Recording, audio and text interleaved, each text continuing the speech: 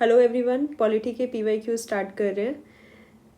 Question number 1, bye which of the following acts the system of chamber of princess with 120 members was created? Answer is Act of 1919. This Chamber of Princes का जो system था, it was created in 1921, but this act was an amendment to the Act of 1919, which is also known as Montfort Reforms or Montagu-Chelmsford Reforms. Question number 2, which of the following act supreme court was establish in Calcutta? किस act से establish हुआ था? Answer is regulating act of 1773. If you remember the facts, Elijah Impey जो थे वो chief justice थे, ठीक है, सुप्रीम कोर्ट के। बाकी 3 और अदर जजेस भी थे। बाकी प्रोविजंस हैं कि governor of Bengal became the governor general of Bengal and the first governor general यहीं से गवर्नर जनरल बंगाल के बने थे, वॉरेन हेस्टिंग, ठीक है, इफ़ यू रिमेंबर दिस। उसके बाद अ कमिटी ऑफ 4 या council of 4 was 4 members were appointed to assist him. Made the governors of Madras and Bombay subordinate to the Governor General of Bengal. It prohibited the company servants from engaging in private trade or accepting presents or tribe कि भाई देखो आज से आप लोग ये रिश्वत वगैरह नहीं ले सकते हैं. Strengthen the control of the British government over company by requiring the court of directors to report on its revenue, civil and military affairs in India. Question number 3. Which act of British government granted 1 lakh for education in India for the first time? Answer is Charter Act of 1813. बाकी provisions देख लो. देखो, trade monopoly जो थी वो completely abolish कर दी थी except trade with China and chai, ठीक है. Christian missionaries were allowed in India to enlighten Indian people. Asserted the sovereignty of the British Crown over the company's territories. It authorizes the local government in India to impose taxes on persons. Question number 4. Which act for the first time made it possible for Indians to take some share in the administration of their country?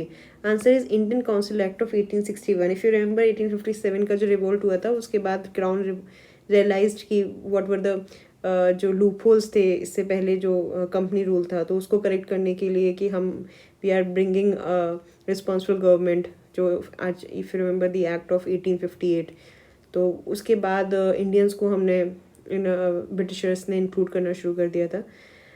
It was the beginning, this Act 1961 was the beginning of the representative institutions by associating Indian with the law-making process. The Viceroy, it should nominate some Indian as non-official members of his expanded council in 1862. Lord Canning, the then Viceroy, he nominated three Indians to his legislative councils, and they were Raja of Banaras, Maharaja of Patiala and sir Dinkar Rao. This is very important, ये तीनों नाम याद रखना. राजा महाराजा राव ऐसे याद कर लो, कुछ trick बना लो. राजा अगर याद, Raja of Banaras, Maharaja of Patiala, sir Dinkar Rao, तो Raja Maharaja Rao. By which of the following act was the Indian council abolished? Question number 5. Answer is government of India act 1935.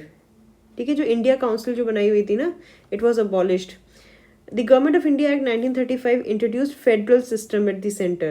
It abolished the India Council. Residuary subjects, they were given to the Viceroy, not to the provincial legislature. This is important.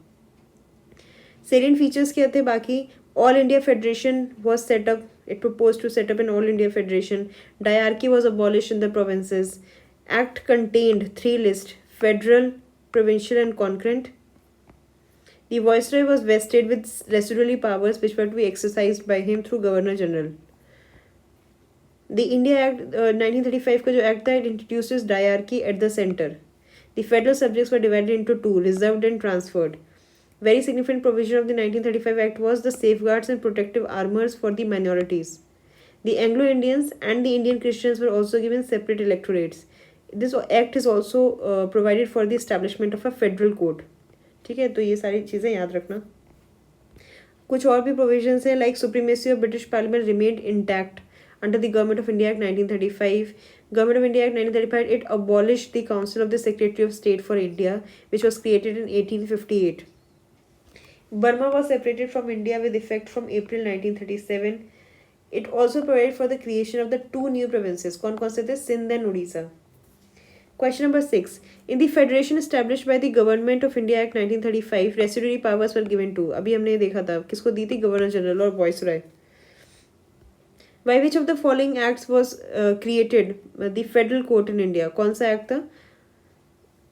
Federal court in India, if you remember, ये government of India act 1935 अभी हमने remember या पढ़ा है, तो इस answer would be D. Question number 8. Which of the following act provided for the federal polity in India? Answer is Government of India Act 1935. A federal system and diarchy at the center was introduced in India by which act? Answer is 1935 Act. The provision for the establishment of All India Federation was included in. Answer is Government of India Act 1935. अब तो याद आ जाना चाहिए. मैं question read कर रही हूँ, बीच में थोड़ा गैप ले रही हूँ आंसर बताने से पहले, सो दैट कि आप रिकॉल कर सके अपने माइंड में कि इसका आंसर क्या होगा.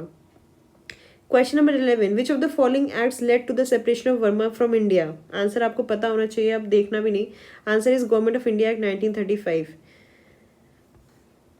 क्वेश्चन रीड कोशिश करना कि ये जो PYQs है ना, आप इतनी बार देख लो ना कि आपको वन लाइन की फॉर्म में याद हो जाए. Question number 12. Which of the following is not an important and permanent constituent in the constitution history of India as adopted in the Government of India Act 1935?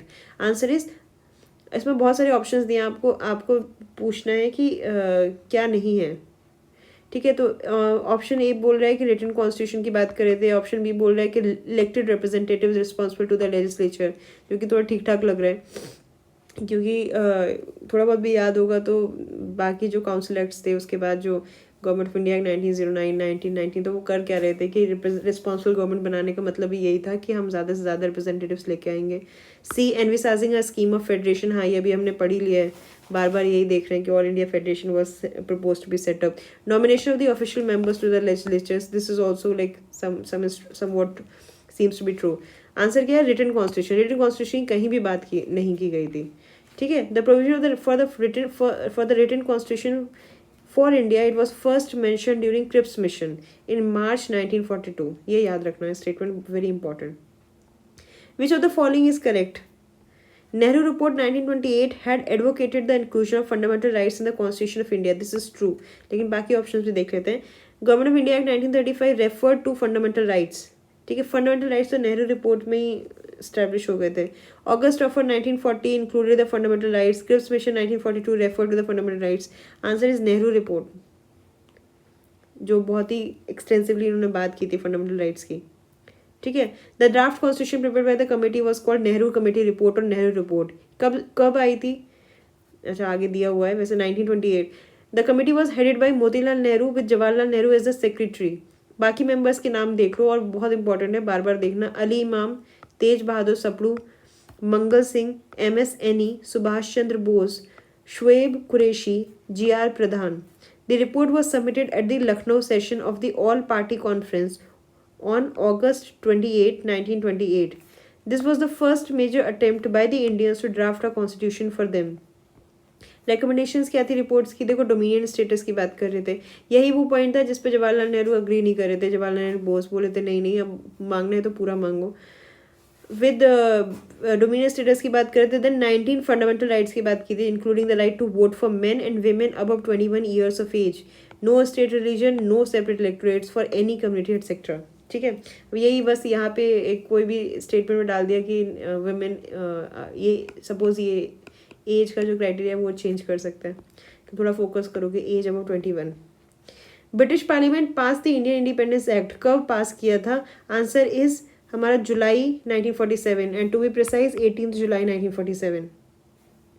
This act was the direct result of 3rd June plan. 3rd June plan जो Mountbatten plan था ना, इसको बोलते थे partition plan. Question 15. When was the interim government formed under the leadership of Pandit Jawaharlal Nehru? Answer is September 1946.